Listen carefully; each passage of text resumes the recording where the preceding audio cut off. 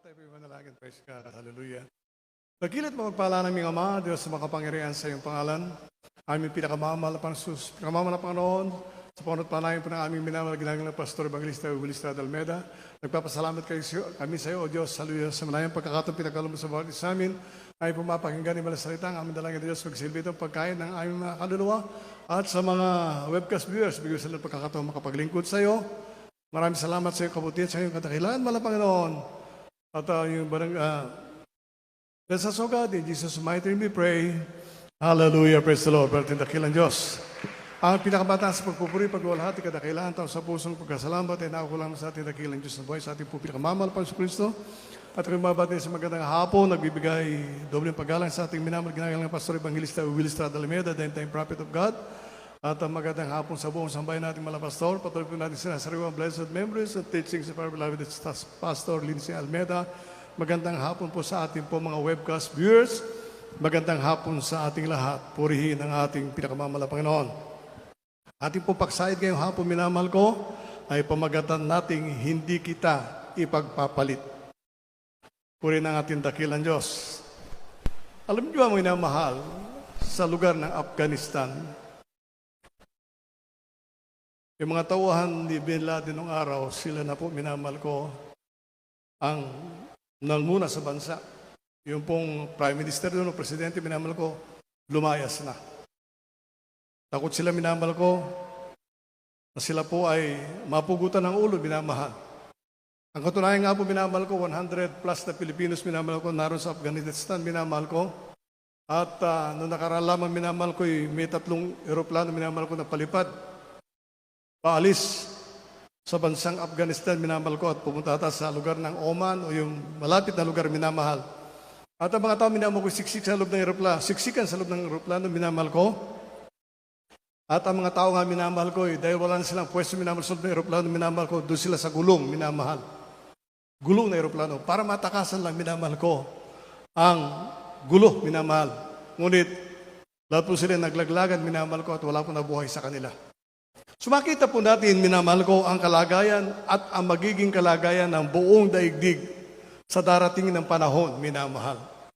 Wag po natin sasabihin, minamahal ko, na dito sa Pilipinas, malayong mangyari yun. Mangyari at mangyari yung minamahal ko. Ngunit tandaan po natin, minamahal, ipinaalam na sa atin ng ating dakilang Diyos kung ano ang mangyayari at kung ano po ang gagawin ng bawat mananampalataya. Kaya po, minamahal, sa Biblia, nagbigay ng halimbawa ang ating dakilang Diyos, minamahal ko. Si Jacob at si Esau, minamahal, na anak ni Isaac, minamahal ko. Sila po ay nabuhay, minamahal ko, noong unang panahon, minamahal. Ngunit ipinagpalit ni Esau ang kanyang pagiging panganay, minamahal ko. Pagiging panganay, ibig sabihin, ikaw ang may karapatang manguna sa inyong bayan, ikaw ang may-ari ng kayamanan, minamahal. Ngunit minamahal ko, ipinagpalit ni Esau nang dahil lamang siya'y nagugutom, pagkain lamang ang pinagpalit niya sa kanyang birthright, minamahal. At ibasahin, minamahal ko, dito sa aklat ng Genesis, Kapitulo 25, ang versikulo 29 hanggang 34, mga minamahal. Makinig tayo na mainam, minamahal mga kapatid. Dito po sa Genesis 25, talatay 29 hanggang 34, ganito po ang pagkasulat. At nagluto si Jacob ng lutuin, at dumating si Esau na galing sa parang at siya'y nanlalambot. At sinabi ni Esau kay Jacob, ipinamamanig ko sa iyo na pakainin mo ako yaong mapulang lutuin, sapagkat ako'y nanlalambot. Kaya tinawag ang pangalan niya na Edom. At sinabi ni Jacob, ipagbili mo muna sa akin ang iyong pagkapanganay. At sinabi ni Esau, narito, ako'y namamatay at saan ko mapapakinabangan ang pagkapanganay? At sinabi ni Jacob, sumumpa ka muna sa akin. At isinumpan niya sa kanya at kanyang ipinagbili ang kanyang pagkapanganay kay Jacob. At binigyan ni Jacob si Esau ng tinapay at nilutong lentehas, at siya'y kumain at uminom at bumangon at yumaon. Gayon, ni walang halaga ni Siyahu ang kanyang pagkapanganay. Amen. So minamahal, nang dahil sa pagkain, kanya pong, ni Esau, minamahal ko, kanya pong binaliwala yung kanyang pagiging panganay. Sa mga Kristiyano, minamahal ko, na ikaw ay tagapagmana ng buhay na walang gan, nakasaksi ka ng himala, nakita mo ang totoong himala sa gawain ng pinakamamala Panginoon. Sa ano mo may pagpapalit ang iyong kaligtasan, minamahal. Kung minsan dumadalo ka sa gawain, wala sa isip mo. Kung minsan dumadalo ka sa gawain, ang gusto mo lang, masama ka sa rapture. Kung minsan sabi nga, binigyan ka ng tungkulin, hindi mo binibigyan ng halaga. Ipagpapalit mo lang ito, katulad ng iba, minamahal ko, pagpapalit sa kikitain. Total, magbibigyan naman ako ng ikaputhandog. Hindi po ganun, minamahal. Ang kaligtasan, ipinaglalaban sa gawa ng kaway sapagkat ang balak ng kaaway, ibalik ka muli sa Kanya. Ibalik ka muli sa Kanya. Kaya nga po, sa ano natin, ipagpapalit ang ating kaligtasan. Sabi nga po, minamahal ko, mas wise ang diablo sa'yo. Kaya humingi ka ng katalinuhan sa ating dakilang Diyos upang maging matalino ka. Hindi yung kakalbitin ka lang, nakikinig ka. Ngunit yung salita ng ating dakilang Diyos, warning, minamahal, sa bawat isa, minamahal na kapatid. Ang sabi nga, kung nakakaamoy ka ng pagkain, malapit na bumalik ang ating dakilang Diyos. Tandaan po natin niya, minamahal. Sa mga nangyayari, minamahal ko, ang Russia at Israel nagigiraan ngayon, minamahal mga kapatid. Parehong matitindi bansa yan, minamahal. Ngunit tandaan po natin, ano ikatatakot ng isang Kristiyano, minamahal ko? Pag ikay pumikit dito, minamahal ko, nasa piling ka ng ating dakilang Diyos. Anong hihilingin mo na hindi alam ng ating pinakamamala Panginoon? Ngunit sabi, maglingkod ka muna. Si Esau, minamahal. Panganay sa mga anak ni Isaac, minamahal ko. Siya magmamay-ari.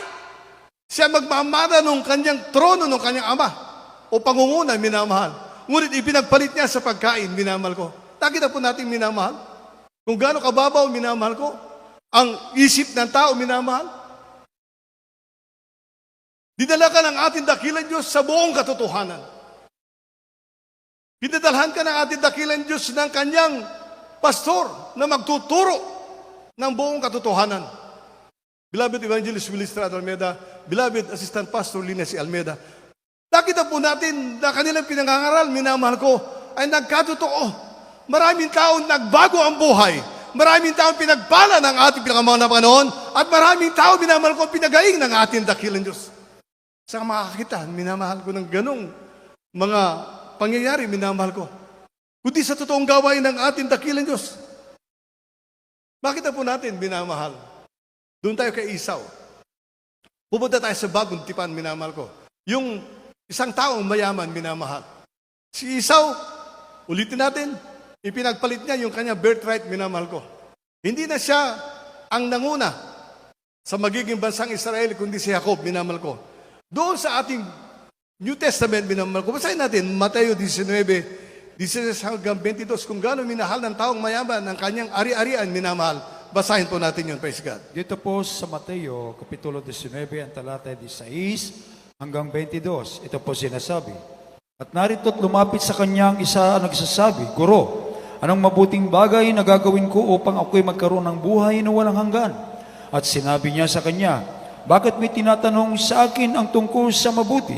May isa na siyang mabuti, na tapat kung ibig mong pumasok sa buhay, ingatan mo ang mga utos. 18, sinabi niya sa kanya, alin-alin? At sinabi ni Jesus, huwag kang papatay, huwag kang mangangalunya, huwag kang magnanakaw, huwag kang sasaksi sa katotohanan.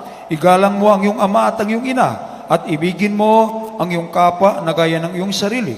At sinabi sa kanya ng binata, ang lahat ng mga bagay na ito ay ginanap ko. Ano pa ang kulang sa akin? Sinabi sa kanya ni Jesus, kung ibig mo maging sakdal, umayo ka, ipagbili mo ang tinatangkilik mo, at ibigay mo sa mga dukha, at magkaroon ka ng kayamanan sa langit, at pumarito ka at sumunod ka sa akin. Amen. Praise God. Puri natin dakilan Diyos. Yung taong mayaman, minamahal. Hindi niya pinagbili ang kanyang kayamanan. Ang tinignan niya, minamahal ko. Yung kanyang estado sa buhay, minamahal. Ganun din si Esau, minamahal ko. Ang pinagbigyan lang niya, minamahal ko. Yung kanyang gutom, minamahal. Ito minamahal. Kanino niya ipinagpalit? Ang kayamanan, ipinagpalit niya sa paglilingkod sa ating dakilan Diyos. Ganun na maraming tao ngayon minamahal. Kaya nga po sa atin, bihira ka makakita, minamahal ko, na naging membro ng Jesus Miracle Crusade na pagkayaman-yaman. Karamihan bankrupt sa negosyo, karamihan mahirap, minamahal. At pinagpala lamang ng ating pinakamahal na Panginoon. At nung sila po'y matutong magtapat, ay pinagpala silang lubusan ng ating dakilan Diyos. May pagpapalit ba niya? Sabi nga po, yung taong tumimo sa kanya ang kabutihan ng ating dakilan Diyos, hindi niya ipagpapalit yung kanyang kaligtasan sapagkat alam niya, ang Diyos ay mapagbiyaya, ang Diyos ay mapagpala, ang Diyos hindi nagpapabaya sa kanyang mga anak. Makita po natin, minamahal. Kaya't magising na tayo, minamahal ko, kung bakit dinala ka ng ating dakilan Diyos sa buong katotohanan. Upang ikaw mismo mapatunayan mo sa iyong sarili, minamahal na kapatid, na ang Diyos, sabi nga po, hindi siya nagbubulaanan. Hindi ka bubulahin, minamahal. Kung matapat ka, higit na matapat ang ating dakilan Diyos, tandaan po natin yan, minamahal. Kaya nga po, sinikap ng ating dakilan Diyos, ng ating magulang sa ating malapakan, minamahal ko, na maipangaral ang salita ng ating dakilan Diyos from Genesis to Revelation, minamahal. Upang patunayan lamang, minamahal ko, na ang salita ng ating dakilan Diyos ay totoo, minamahal. Isipin po natin, minamahal ko, ano nga ba minamahal ko? Ang nanasain ng tao, minamahal, kung siya'y nasa lupa, minamahal. O alam mo, pagpapalain ka ng ating malang Panginoon. Ngunit pag nasa gawain ka ng ating dakilan Diyos, pag sumikapan mo, minamahal na kapatid, na maramdaman ang presensya ng ating pinakamamahal na Panginoon, sapagkat yun ay hindi ibinibigay kahit kanino. Hindi yun mabibili sa mercury drug, minamahal. Kinakailan pag sumikapan mo, kinakailan tumulo ang luhabot, magsumamo sa ating dakilan Diyos, na minsan pa'y pagpalain ka ng pinakamamahal na Panginoon at binibigay lamang ng ating dakilan Diyos, minamahal ko. Ang kanyang banal na presensya, maramdaman mo, doon sa lumalapit sa kanya na may mapagpakumbabang puso. Sabi nga, hindi mo ipagpapalit ito kahit anumang kayamanan sa buong daigdig. Tandaan po, minamahal. Sapagkat alam po natin, minamahal ko, ginto, diamante, ang ating tahanan sa langit. Oo, dito sa lupa, naghirap ka. Ngunit tandaan po natin, minamahal, ang patnubay ng Diyos ay lagi mong kasama. Ang pinakamamahal na Panginoon, laging nasa tabi mo. Ang Diyos, lagi mong kaakbay, minamahal. Darating ang araw na maghiwalay ang kambing sa tupa. May mga tao, minamahal ko, na nag-iisip, ako man din naglingkod sa Diyos, pupunta ako sa langit. Ngunit tandaan po natin, minamahal, it is you yourselves, nasa inyong mga sarili. Sabi nga po, nasa inyong mga sarili, kung pupunta ka nga sa langit. Bakit, minamahal? Inilahad na lahat ng banal na propeta ng ating dakilan Diyos ang paraan upang mapunta ka sa langit. Inilahad na, itinuro na sa atin lahat, minamahal ko na ating bilad na si San Pastor, minamahal ko. Ang paraan upang mapalugdan ang pinakamamahal na Panginoon. Kinakailangan ginagawa mo na ito. Kinakailangan na sa pamuhay mo na, sapagkat tandaan po natin, minamahal. Darating ang pinakamamahal na Panginoon ng biglaan. Ang sabi nga po, ulitin ko, kung naamoy mo na yung pagkain, katulad niyo, minamahal ko. Nung pagbabalik ng ating dakilan Diyos. Nakikita mo na ang kaguluhan sa buong daigdig. Ang sabi nga po itong pandemic na ito, minamahal ko, meron naman panibagong variant. Ang sabi niya, variant, bagong minamahal ko, yung lambda. Isipin po natin, hindi na matatapos ito, minamahal. Ngunit pag ikay anak ng Diyos, tandaan po natin, minamahal ko, wala kang katatakutan. Ang sabi nga, minamahal ko, matatakot ang tao. 10,000 mamatay sa kaliwas, 20,000 sa kanan. Ngunit ang anak ng Diyos mananatili nasa harapan ng pinakamamahal na Panginoon. Yun bitang mahirap, minamahal. Marami kasi nagsasabi, Yes, I'm a Christian. Pero sabi nga, hindi katulad ng turo ng ating magulang sa ating pinakamamahal na Panginoon. Kung ito'y ipinamuhay mo, tandaan minamahal na kapatid, ikaw mismo sasabihin mo, "Oh Brad, pupunta ako sa langit." Tandaan po natin minamahal, hindi po yan sinusukat sa kayamanan. Ang sukatan niyan, kung gaano ka kalinis sa harapan ng ating dakilang Diyos. Yung po pinakamainan minamahal.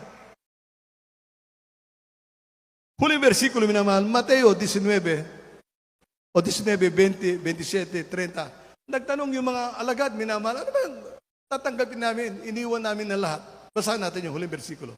Dito po sa Mateo 19, talata 27 hanggang 30, ganito po ang pagkasulat. Nang magagayon, sumagot si Pedro at sinabi sa kanya, "Narito, iniwan namin ang lahat at nagsisunod sa iyo. Ano baga ang kakamtin namin?" At sinabi ni Jesus sa kanila, "Katotohanan, sinasabi ko sa inyo, na kayo'y nagsisunod sa akin sa pagbabagong lahi, pagka uupo na ang anak ng tao, sa luklukan ng kanyang kaluwalhatian, kayo na may magsisiupo sa 12 luklukan upang magsihukom sa 12 angkan ng Israel." 29. At ang bawat mag-iwan ng mga bahay o mga kapatid na lalaki o mga kapatid na babae o ama o ina o anak o mga lupa dahil sa aking pangalan ay tatanggap ng 100 at magsipagmana ng walang hanggang buhay. 30, datapat marami ang mga una na mga huhuli at mga huli na mga uuna. Amen. Sumakitar po natin minamahal. Nagtanong yung mga alagad, ano po natatanggapin namin? Iwinaksin namin na lahat. Ang sabi ng Panginoon Kristo, tatanggap kayo ng bahay na maraming kapatid. May mga nauna sa inyo, yung iba mahuhuli. Sumakita po natin minamahal. Nasa pagsusumikap, sa paglilingkod sa ating dakilang Diyos. Ulitin ko, laging nakatanim sa aking isipan, hindi ang pera sa bulsa, sukatan, minamahal, kundi yung katapatan mo sa paglilingkod sa ating dakilang Diyos. Sapagkat yung iniisip, minamahal ko, ang kinabukasan. Ano ang sasabihin ng mga tao? Alam mo, minamahal, nung araw pa yan, sabihin kang baliw. Nung araw pa yan, sabihin kang hampas lupa. Nung araw pa yan, sabihin, ano ipakakain mo sa pamilya mo? Ngunit ngayon, minamahal, tandaan po natin, minamahal, kung mga tao ay pumipila, minamahal ko, doon sa ayuda, anak ng Diyos, minamahal ko, ang Diyos ang nagpapala. Maging matapat lang tayo, minamahal. Ang sabi nga ng ating pamagat, hindi kita ipagpapalit. Hindi kita ipagpapalit kahit kanino man, kahit ano sabihin nila, kahit ano ang pangako nila. Oh, Brad, gagawin ka ministro doon sa amin. Bibigyan kita ng bahay, ng kotse. Itatapong ka naman sa impyerno. Doon, walang mahabang damit. Doon, pwede kang mag-make up. Ngunit tandaan po natin, minamahal ko, itatapong ka rin naman sa impyerno. Dito, itinuro sa atin ng tama. Nakasulat ito sa Biblia. Tandaan po natin, dadaling ka ng Diyos doon sa langit, sa buhay na walang hanggan.